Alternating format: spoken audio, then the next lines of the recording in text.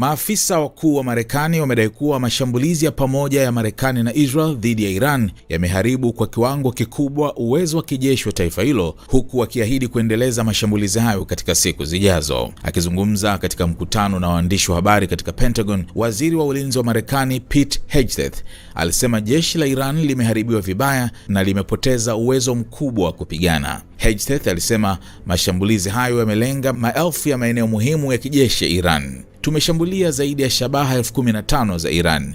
Jeshi lao limeathirika vibaya na uwezo wao wa kupigana umeharibiwa, alisema. Alidai pia kuwa Iran kwa sasa haina ulinzi wa anga, haina jeshi la anga na haina jeshi la wanamaji, huku makombora na drone zake nyingi zikiwa zimeharibiwa au kudunguliwa angani. Kwa mujibu wake, mashambulizi ya makombora kutoka Iran yamepungua kwa takriban 90%, huku mashambulizi ya drone yakipungua kwa karibu 95%. Katika hotuba hiyo, Hegseth pia alidai kuwa kiongozi mpya wa Iran, Mojtaba Khamenei, ambaye alichukua nafasi ya babake Ayatollah Ali Khamenei, amejeruhiwa vibaya katika mashambulizi ya awali yaliyomuua babake. Amesema Khamenei alipata majeraha makubwa na hata kuharibika sura, akitilia shaka taarifa zilizotolewa kwa maandishi na kiongozi huyo bila kuonekana hadharani.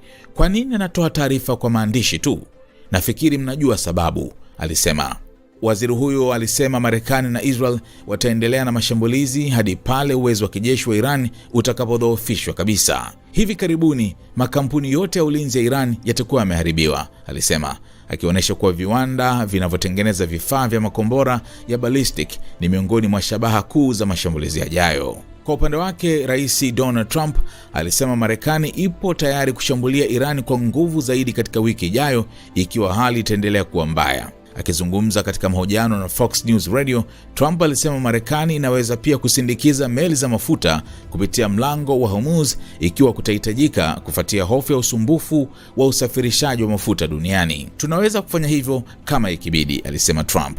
Maoni yake yanakuja wakati bei za mafuta duniani zikikaribia $100 kwa pipa, huku vita kati ya Marekani, Israel na Iran vikiingia siku ya 14.